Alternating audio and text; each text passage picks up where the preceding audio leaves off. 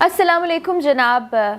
پاکستان کی مشہور و معروف ویٹرن اداکارہ شگفتہ اعجاز صاحبہ، ان کے گھر سے ایک بڑی افسوسناک خبر جو آپ تمام لوگوں تک پہنچ ہی چکی ہے کہ ان کے شوہر یحییٰ صاحب انتقال کر گئے ہیں، اپنے خالق حقیقی سے جا ملے ہیں.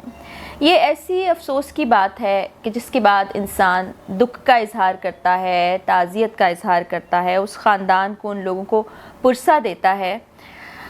اس پر ویڈیو کیا بناتی، لیکن کچھ ایسی چیزیں میں نے دیکھی ہیں سوشل میڈیا پر جس کو دیکھنے کے بعد مجبوراً میں یہ ویڈیو ریکارڈ کر رہی ہوں کہ شاید ان تمام چیزوں جن کو میں دیکھ رہی ہوں ان کو میں اظہار کروں، آپ لوگوں سے بات چیت کروں تو شاید کچھ احساس ہو، شاید لوگوں کو کچھ خیال آئے کہ ہم لوگ کس طرف جا رہے ہیں.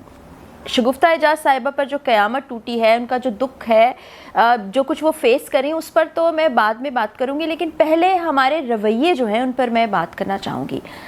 چند روز پہلے انہوں نے اپنے سوشل میڈیا کے ذریعے سے تمام تفصیلات لوگوں کے سامنے رکھیں اور بتایا کہ کس طرح سے وہ پچھلے 6 ماہ سے کوئی پروجیکٹ نہیں کر رہی ہیں.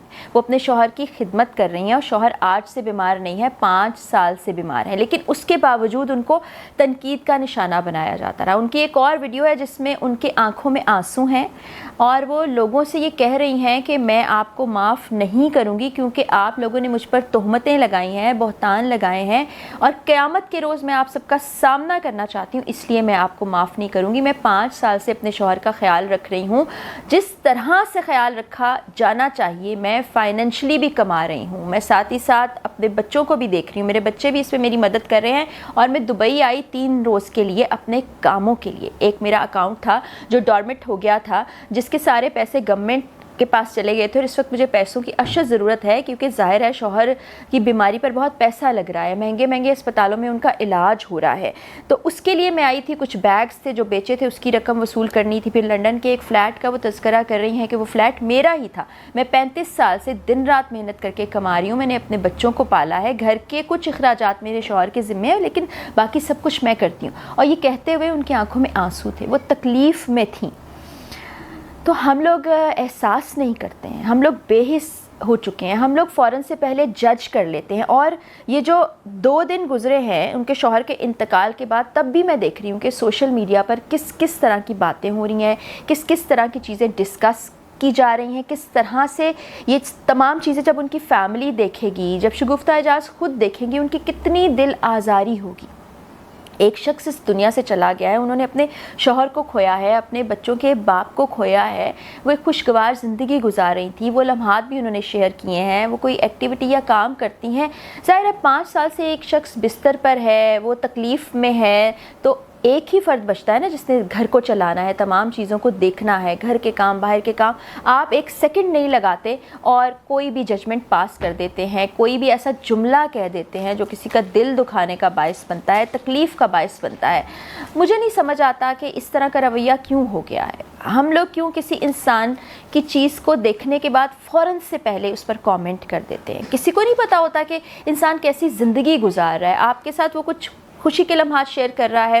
لوگوں کا یہی طریقہ کار ہوتا ہے، لوگ اسی چیز کو زیادہ پریفر کرتے ہیں کہ وہ اپنی بہت تکلیف اور دکھ ہر وقت سوشل میڈیا پر نہ ڈالیں، اپنی زندگی کی پازیٹیو سائڈ دکھائیں، اچھی چیزیں دکھائیں.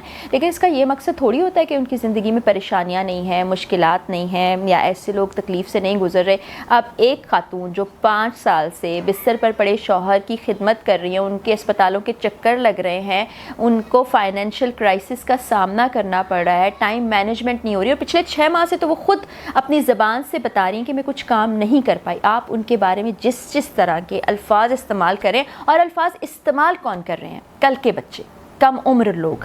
اب یہ خاتون 1980 کی دہائی سے ڈرامہ انڈسٹری سے وابستہ ہو گئی ہیں. اگر آپ سوشل میڈیا سے ہٹ کے ان کی زندگی پر ریسرچ کریں تو آپ کو پتہ چلے گا کہ پی ٹی وی سے انہوں نے ڈراموں کا آغاز کیا. پھر ایک جانگلوس نام کا ڈرامہ تھا، غالباً 1989 میں وہ منظر عام پر آیا، لوگوں نے اس کو بڑا پسند کیا، ان کی بڑی پذیرائی ہوئی. اس کے بعد سے وہ مختلف ڈرامہ سیریز اور سیریلز میں کام کرتی رہیں. تب صرف پی ٹی وی کا زمانہ تھا، بعد میں دوسرے چینلز آ گئے، ان سے وابستہ رہیں، ڈراماز کرتی رہیں، پھر اپنا سیلون بھی بنا لیا.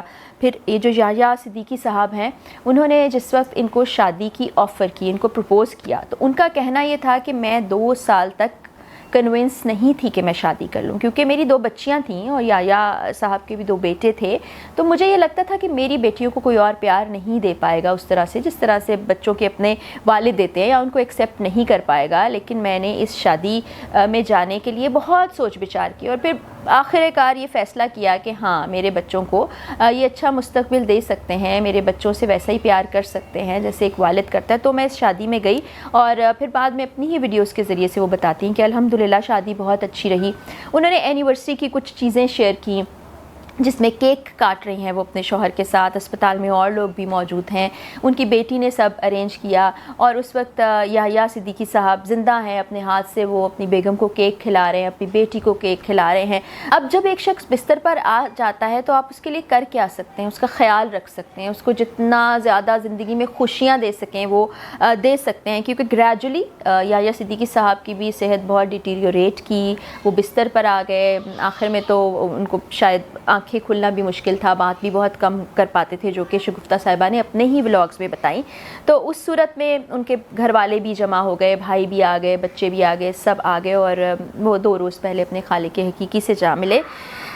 اور یہ جس کا کوئی پیارا جاتا ہے نا وہ جانتا ہے کہ یہ لمحات کس قدر تکلیف دہ ہوتے ہیں. جب ڈاکٹر آپ کو لمحہ بلمحہ بتا رہا ہوتا ہے کہ آپ کے پیاروں کے ساتھ یہ ہو رہا ہے، ان کے پاس زندگی کے دن کم رہ گئے ہیں، کبھی بھی وہ اس دنیا سے جا سکتے ہیں، تو یہ آپ سوچئے کہ ایک ایک لمحہ گزرتا کیسے ہے. پھر آپ نے مضبوط رہ کے ہر چیز کو دیکھنا بھی ہے، خیال بھی رکھنا ہے، سب کو، رشتہ داروں کو ساتھ لے کر چلنا ہے، اولاد کو ساتھ لے کر چلنا ہے، سب کو دیکھنا ہے.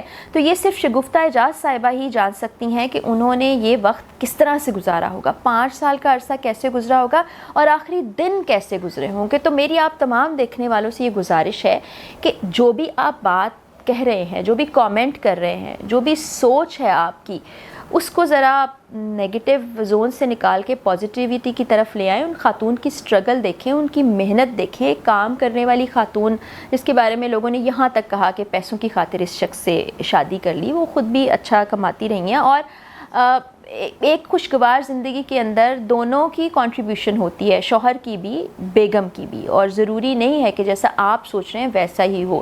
تو لکھتے ہوئے کامنٹ کرتے ہوئے تھوڑا سا خیال کر لیں کہ اگلا شخص جس تکلیف سے گزرا آپ اس کی تکلیف میں اضافے کا باعث تو نہیں بن رہے، کیونکہ بات پھر وہیں پر آتی ہے جو شگفتہ اعجاز صاحبہ نے بھی اپنے ولاگ میں کہی کہ میں آپ میں سے کسی کو معاف نہیں کروں گی کیونکہ آپ لوگوں نے مجھے بہت تکلیف دی ہے اور قیامت کے روز میں آپ کا گریبان پکڑوں گی. تو ہم تمام مسلمانوں کو یہ بات معلوم ہے کہ اللہ تعالیٰ حقوق اللہ تو معاف کر دیں گے، یعنی ہماری نمازیں، قرآن پڑھنا، عبادات، یہ تمام چیزیں اگر اس میں ہم کوئی کوتاہی کرتے ہیں تو شاید ہم رب تعالیٰ سے معافی مانگیں گے، وہ ہمیں معاف کر دیں گے.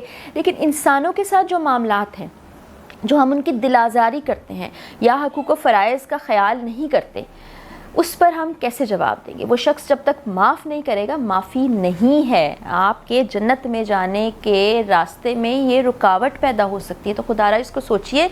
جس وقت یہ میں ویڈیو بھی ریکارڈ کر رہی ہوں نا، میرے ذہن میں ڈاکٹر عامر لیاقت کی کچھ آخری ویڈیوز آ رہی ہیں جہاں پر وہ رو رو کے لوگوں سے بات کر رہے تھے اور اس کا بھی مذاق اڑایا گیا تھا کہ یہ ڈرامہ کر رہے ہیں.